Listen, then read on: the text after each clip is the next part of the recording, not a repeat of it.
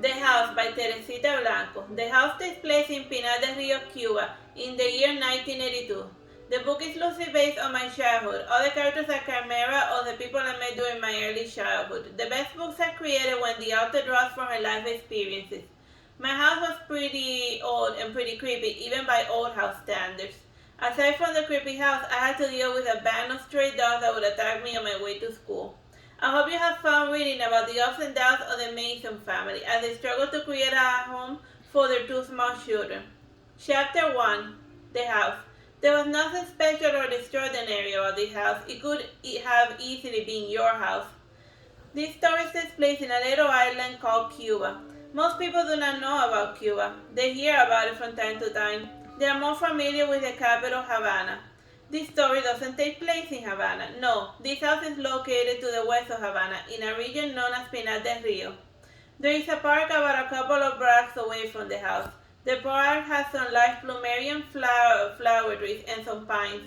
The only other trees are pines separating two roads that lead to the school. Behind the house there is a fence, and beyond it a little dirt park. It has some maroon swings, a couple of slides, and a single wall covered by hibiscus flower. Our story begins in the year 1982. During that time, Cuba still maintained healthy relationships with the Russians, formerly known as the Soviet. There was still steak and chicken ranches, and the Amistad stores were just opening. Dollars entering from the exterior was severely limited and considered a contraband. The exchange ratio for $1 was 300 pesos. The house was situated in the street known as Isabel la Católica. The single-floor colonial house had a high ceiling. The doors too followed in suit. Each was cut to a perfect fit about 10 feet high. The connected bedroom doors were only 7 feet tall. The facade had two 8 feet tall windows made of wood with ornamental iron bars protruding from the walls. The windows were cemented into glass square. There was a second exterior solid wooden window made of wood to protect it. These two windows open within. As soon as you enter, you are greeted by a majestic, large living room with a teardrop chandelier. The living room and kitchen floor was made of marble checkerboard pattern. Meanwhile, the bedroom floors were made of red tiles. If you walk straight from this room, you arrive at the interior wall concrete patio. Beyond this patio, one found the kitchen with the only working bathroom.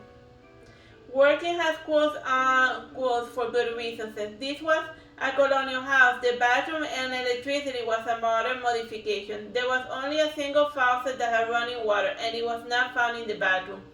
Through the usage of a hose, the two main water tanks were filled. The first was located in the back garden past the kitchen. This garden was also of concrete. It had the only working faucet and a sink to wash the laundry. This water tank was made of copper. The second one was found in the interior and it was made of blue plastic. Aside from the water tank, the back garden had two gas tanks. They were mainly used for the gas stove. The kitchen also had the same tear glass chandelier. Each room had connecting doors. There was a single door and a pair of windows that faced the garden. The windows in the bedrooms were small and rather high, requiring a stick to open them every day.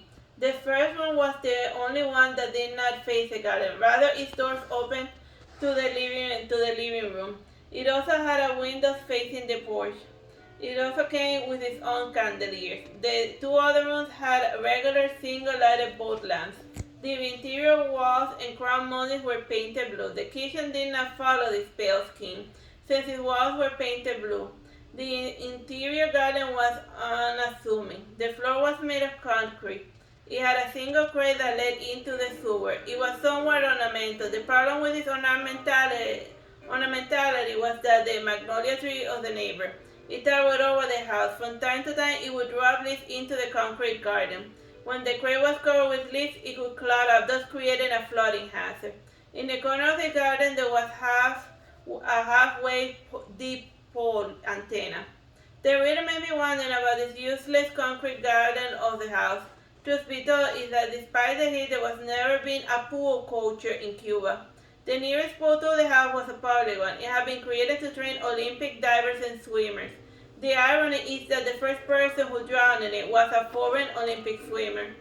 None of the locals remember the name of the dead foreigner, just that he was an Olympic swimmer.